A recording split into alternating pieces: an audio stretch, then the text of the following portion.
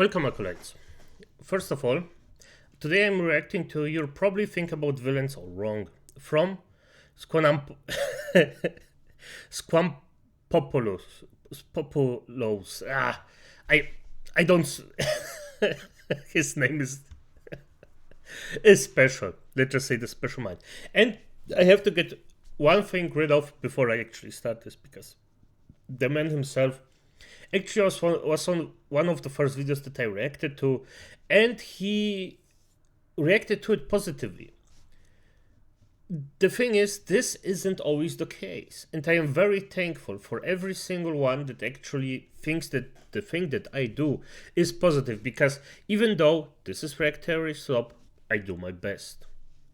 And I ignored his videos for reacting, but I'm watching them privately. So now you know what this is about him. I already know it will be good. And by the way, his comments, beautiful. Just look at his community. I have to give him props. By the way, not every story needs an antagonist, but every story needs a disembodied horse to review it. The guy is funny. Honey the horse has uploaded again. Just saying here. Fantastic. But that's enough of this one. Let's start. They're everywhere in mainstream media, and for good reason too. They're a near staple of modern storytelling and make up some of the most memorable and best written characters of all time. I love this guy. But what does it mean for an antagonist to be well written? We all know a well written antagonist when we see one. Yep. But identifying exactly why they're good, one of the best effing villains ever, is an area that I feel a lot of people might misunderstand. In this video, I'm going to try to completely change your understanding of antagonists by introducing a framework that categorizes every antagonist ever. Hopefully, by the end of this video, you'll have an even stronger grasp on why your favorite antagonist rocks and why others might fall short. Yeah. I mean, if you don't know, The Wolf of Puss in Boots, the second movie, was so good. So freaking good. When making a well-written antagonist, what's the single most important thing to consider about them? What comes first? To figure this out, I want you to think of your number one favorite antagonist ever. No matter who you're thinking of, I think there's a trait that they share with all the other favorite antagonists that people are thinking right now. I'm curious if you can guess what that trait is. Maybe some of you are saying every good antagonist has a backstory. Understanding what shaped them to be who they are makes them much more real, much more believable, and much more enjoyable to watch. After all, some of the most beloved antagonists are the most sympathetic ones. But everyone who picked the Joker for their favorite antagonist is laughing right now. One of the most consistent things about him is his inconsistent backstory. No one in the audience sympathizes with him, but everyone loves him. So, while being sympathetic is a fantastic trait to include, I don't think it's essential when making a well-written antagonist. I also bet a lot of you are thinking every good antagonist has a virtuous goal. An antagonist with a meaningful goal can almost be easy to root for. Even if their methods are considered wrong, if they're doing it for the right reason, they become a much more nuanced and thought-provoking character. But what do you tell everyone who's thinking of Hans Landa right now? They would tell you that he doesn't align with this sentiment at all. Everyone can agree that he does bad things for bad reasons. His goal is in no way something the audience can root for. And yet, he's still considered a brilliantly written antagonist who makes the movie worth watching. So, while a meaningful goal is captivating, it too is not make or break for creating a well-written antagonist. Lastly, I bet a lot of... I think Thanos' goal itself was understandable, but the character itself himself was bad. And you can fight me on this, but I don't think that Thanos, if he just stood alone in a room without his idea of the balance thing, would be a shit villain. Of you critical thinkers are saying, Squampopulous, this is too easy, man. Every well-written antagonist has beliefs that they cling to. When an antagonist strongly clings to their beliefs, it guarantees that they add a deeper meaning to a story. But for anyone who is thinking of a horror movie antagonist as their favorite, they might be shaking their head right now. What does Leatherface or Michael Myers believe in? They just kill to kill, yet they're clearly effective antagonists that are the stars of their stories. So, while beliefs are found in the vast majority of well-written antagonists, not even they are essential. This is why I say strong antagonists are a misunderstood concept. They don't have to be right. They don't have to win. They don't have to be sympathetic. They don't have to be reasonable. They don't need to be charismatic. They don't need to be evil. And they don't even need to believe in anything. But there is one thing that is truly non-negotiable. One aspect that's unanimously shared by every antagonist on your minds. In my opinion, the most important thing to consider when making an antagonist is the protagonist. I would say the goal of the villain is more important, because every one of the villains that he just mentioned, acolytes, they have a goal. Be it even Michael Myers, he wants to kill, and the way he actually reaches this goal is the thing that we are liking. More specifically, how the protagonist should be challenged. What every well-written antagonist has in common is that they exist to challenge the protagonist. Not just compete with them, but truly challenge them. If that's what you thought from the start, you are a level 1000 Squamp Watcher. Congratulations. By definition, an antagonist is someone who opposes the protagonist. And while we're going by the book, the protagonist just means the central character. The thing is, Overlord. Already he is the bad guy. And he doesn't really have a protagonist in there. He is the protagonist himself. But he's also the bad guy. A very evil villain. So I think maybe. But could you see it a bit differently? I have to think However, about it. I don't think these definitions help anyone. They're nothing more than No, labels. they don't. Anyone with a screenwriting book can regurgitate labels. Instead, I want to refine the definition of protagonist into something I believe is much more actionable and much more useful. On my channel, I believe that every story should have a key driving purpose. This can come in the form of a message, a moral, or even just vibes. I think that's wiser. The problem, however, is that simply preaching a purpose is not a particularly effective way to get it across to the audience. This can make a story hollow, forgettable, and just plain bad. An infinitely more effective way to get the point across is to prove it. A purpose can be abstract, but mapping it onto a character makes it much more concrete. That's where the protagonist comes in. I'm choosing to define a protagonist as the character which serves as a vehicle for a story's primary purpose. In layman's terms, they are the person who gets the point across. Yeah. But remember, we don't want them to just preach it. We need them to prove it. And how do we prove something? Correct. We test it. We challenge it. We oppose it and see if it holds up. And how do we oppose a protagonist? Exactly, the antagonist. We've come full circle. See what I mean? The best protagonists don't just appear, they are made. Which is why the role of any antagonist is to challenge the protagonist, refine the protagonist, and ultimately change the protagonist. With that being said, it's time to introduce the framework. I mean, then you have the One Punch Man.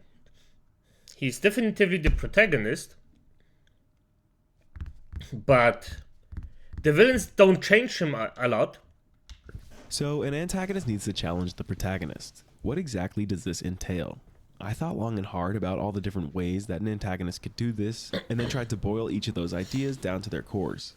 That left me with 3 different types of challenges an antagonist can present.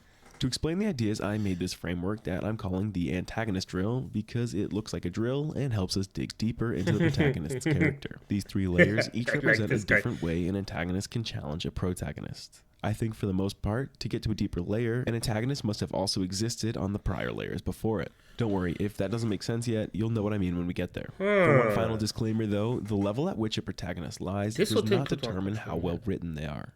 There can be poorly written antagonists in the deepest layer, perfectly written antagonists in the top layer, and everything in between. As we go, I'll explain what exactly makes an antagonist well written at each level. The topmost layer on the antagonist drill are the obstacles. These antagonists ask, can you do it, and force the protagonist to prove that they can. This can come in the form of a physical feat, a mental trial, a strategic puzzle, a test of stamina, or any other type of challenge that requires a certain level of ability to overcome. If we want to have a highly capable protagonist, we make them prove their abilities by challenging them with an obstacle antagonist. Remember though, we don't just want them to compete, we want them to truly be challenged. This will force them to grow. Obstacles are one of the best ways to catalyze a protagonist's growth in whichever ability the writers want to emphasize. A poorly written obstacle would ask the protagonist to do something that we've already seen them prove they're capable of. This wouldn't refine the protagonist's abilities and would just be redundant. Redundancy is bad writing. Nobody likes redundancy. It's bad writing. Instead of making the protagonist jump the same hurdle over and over, a good obstacle antagonist would raise the hurdles higher and higher, pushing the protagonist to their limits. As an example of this, I'll showcase Elle Lolliot from the series Death Note. If you watch the show, I think you can agree that Elle is a major reason Death Note is so good. Centered around the protagonist Light Yagami, Death Note is a show about how Light strategically pursues his goal of cleansing the world of criminals using his all-powerful notebook. But if all it took was writing a name in a book to achieve his desires, the show would be extremely boring and entirely pointless. That's where Elle comes in. Elle is a universally beloved antagonist because he's well written. and he's well written because he challenges Light's abilities, forcing him to overcome harder and harder obstacles. What makes Death Note so special is the brilliant ways that the two of them compete. L wants to expose Light as the killer he is, and Light of course wants to remain hidden while he carries out his goal. The entire relationship is comparable to an intricate chess match. In many instances, L actually outsmarts Light. This forces Light to refine his strategic abilities and work even harder to reach his goals. It's very interesting, and when by the way. he works harder, it creates anime. incredibly satisfying moments. He puts on a show of tactics that constantly leave the audience in awe of his intelligence. Tactics that were only necessary because of the obstacle that L presented. At the top of the antagonist drill, an obstacle may seem like a pretty shallow window into a protagonist's character, but the best obstacles do something that gives their story a much deeper meaning. In my opinion, the best written obstacles will not only showcase how capable a protagonist is, but also why they're capable. They make the protagonist dig deep into themselves to learn what it is that makes themselves strong. This is why I say a protagonist is a vehicle for a story's purpose. Whatever makes them capable of overcoming the obstacle is usually the very message the story's trying to communicate.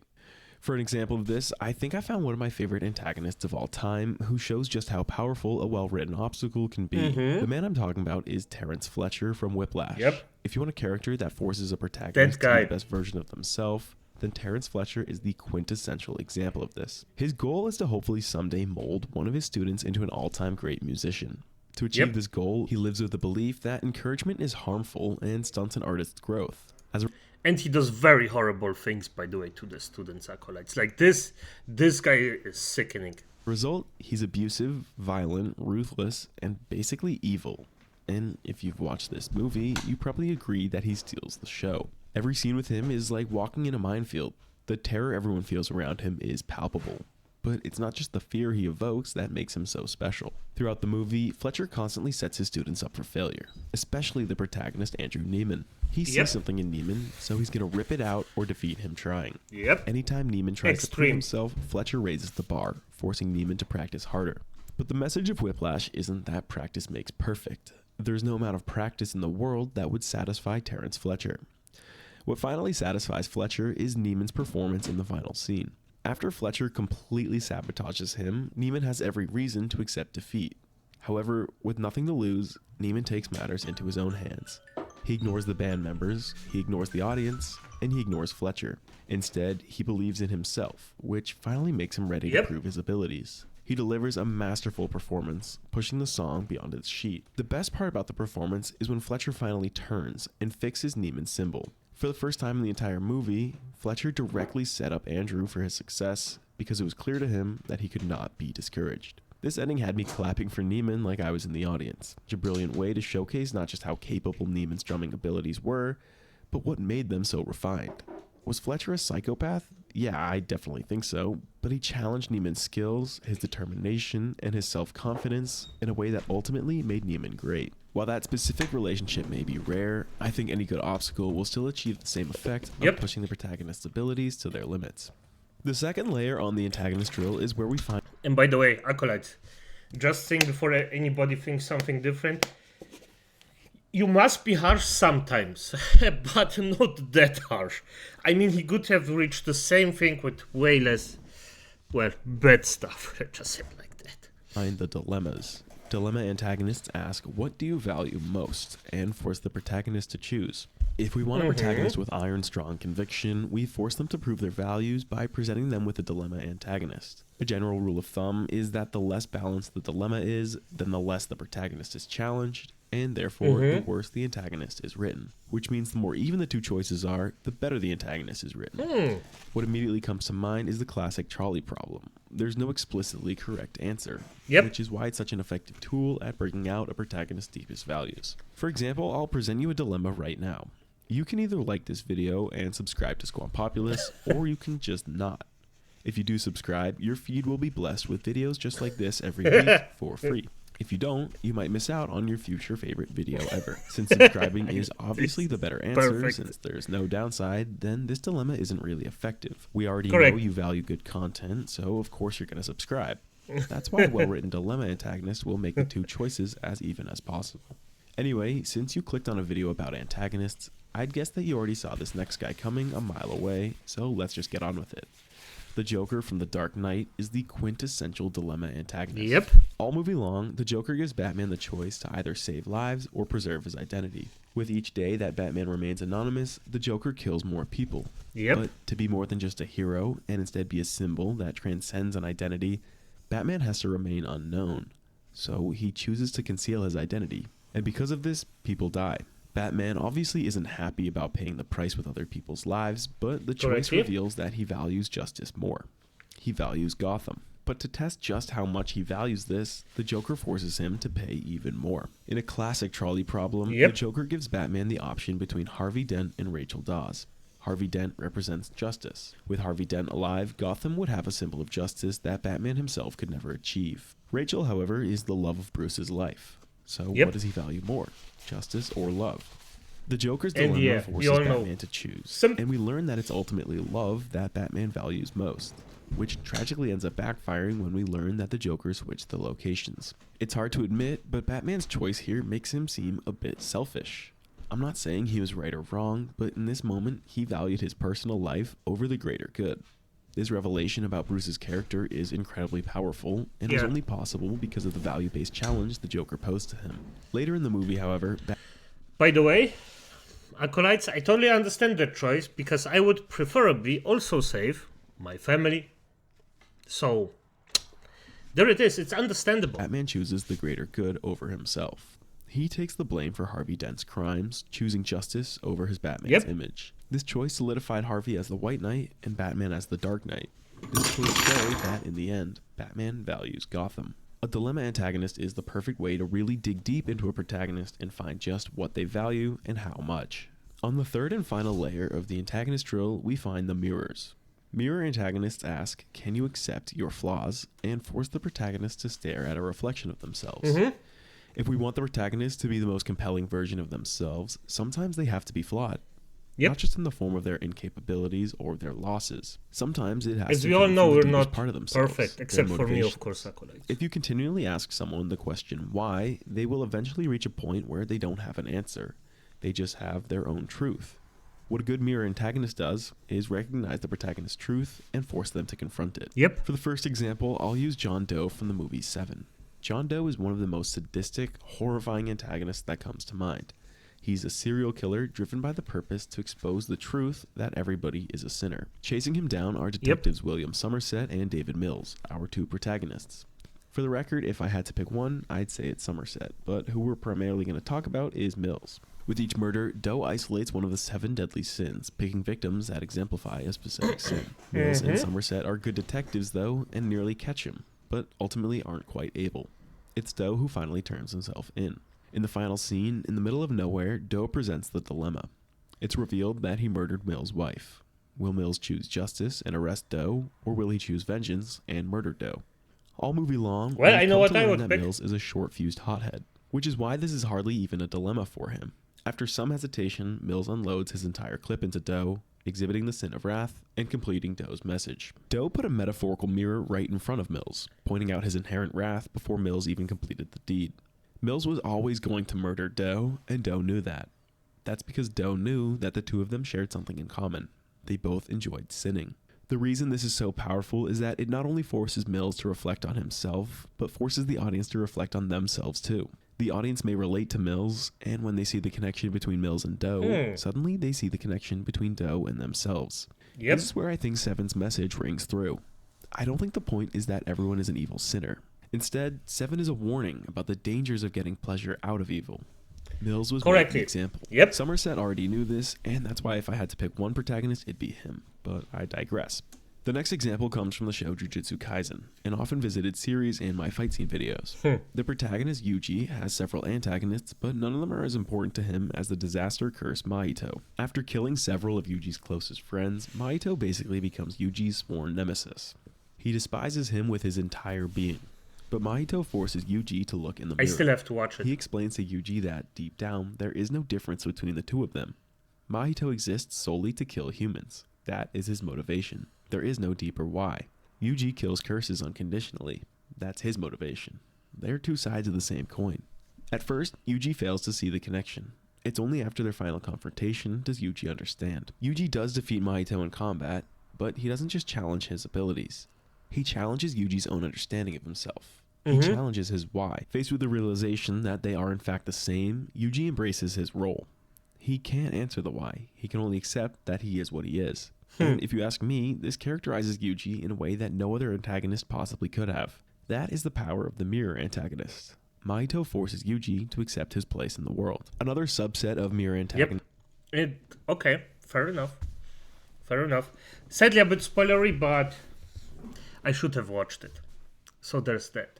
But yeah, that's extremely interesting to actually see this stuff, because at the end of the day everybody has its reasons, and I'm personally am more interested in the motivation of the person than the action of the person in normal cases. I mean, if you of course off somebody, acolytes, then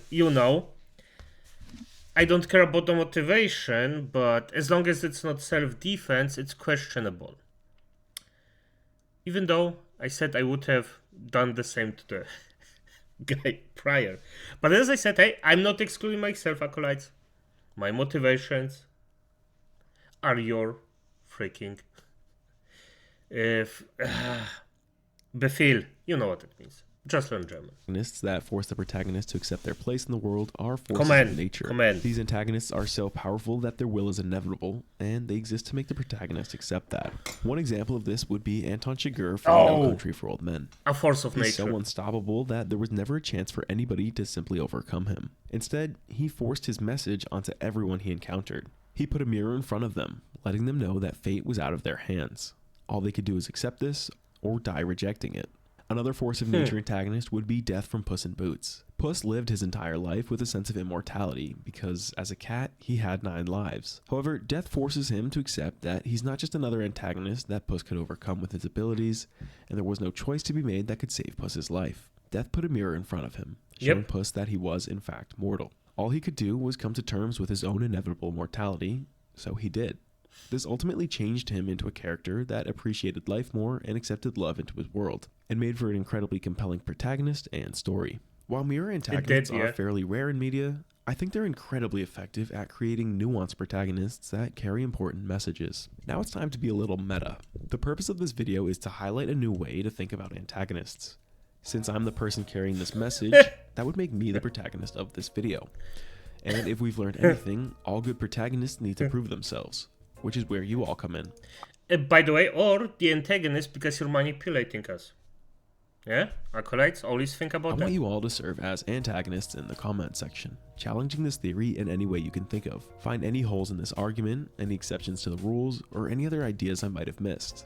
This way, together we can refine the framework to become the strongest and truest version possible. If you think it's already solid, then you'll definitely want to subscribe to catch the upcoming content about it. Nice. Okay, I'm gonna try it again. Squampopoulos.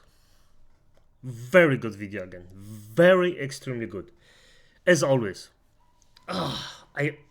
This guy does such good videos. It's so freaking interesting. His points are just always well thought through, and although I don't agree with everything, hey, I don't have to.